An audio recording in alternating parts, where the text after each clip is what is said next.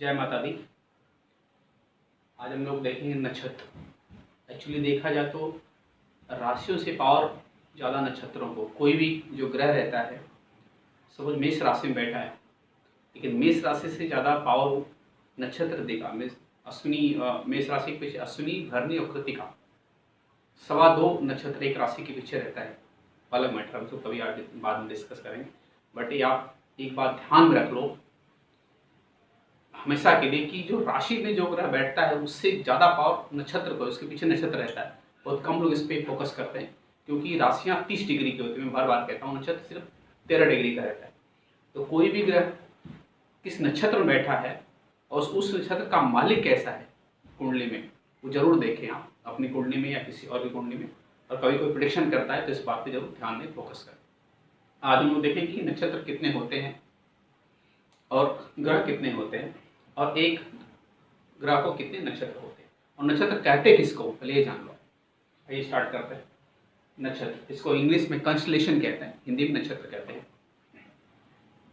आकाश में असंख्य, अनकाउंटेबल, आकाश में असंख्य ताराओं, स्टार्स के समूह को, बहुत सारे एक साथ मिलेंगे समूह को, जो विभिन्न आकृतियां बनाते हैं या बनती है, उसी को नक्षत्र कहते हैं। मतलब यूनिवर्स में, स्पेस में, स्काई में बहुत दूर अलग अलग स्टार्स को मिलकर अलग अलग शेप, जैसे सिंह राशि है तो जो लियो बनता है, सिंह बनता है, उसको सिंह राशि कहते हैं।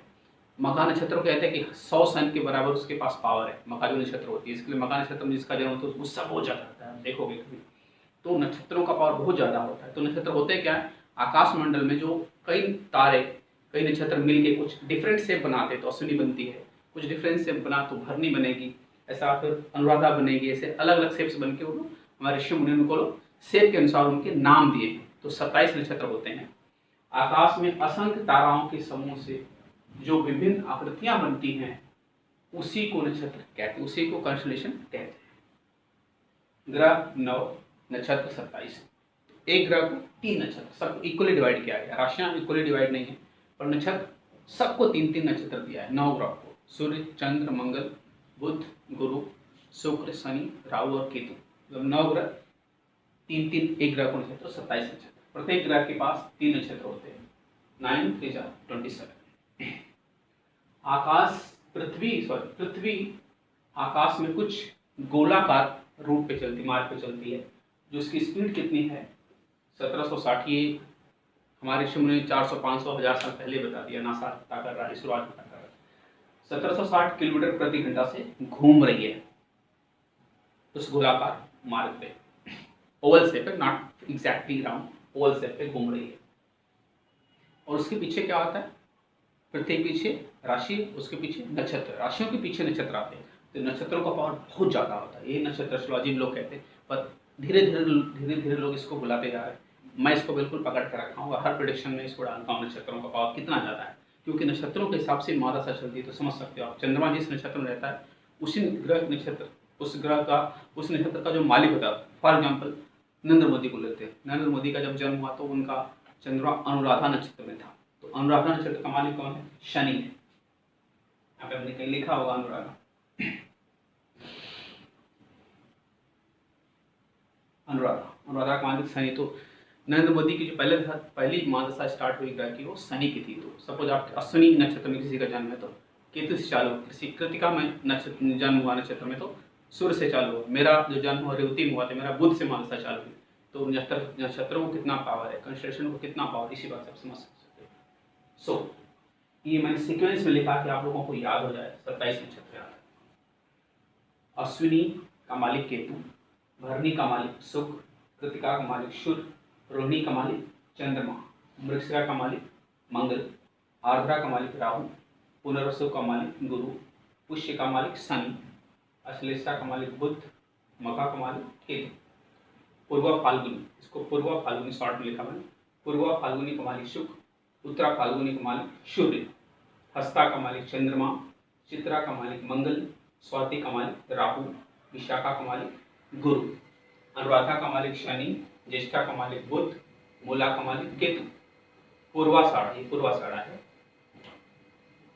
पूर्वाषाढ़ा का मालिक शुक्र, उत्तराषाढ़ा का मालिक सूर्य, श्रवण का मालिक चंद्रमा, धनिष्ठा का मालिक मंगल, शतभिषा का मालिक राहु, पूर्वा भाद्रपद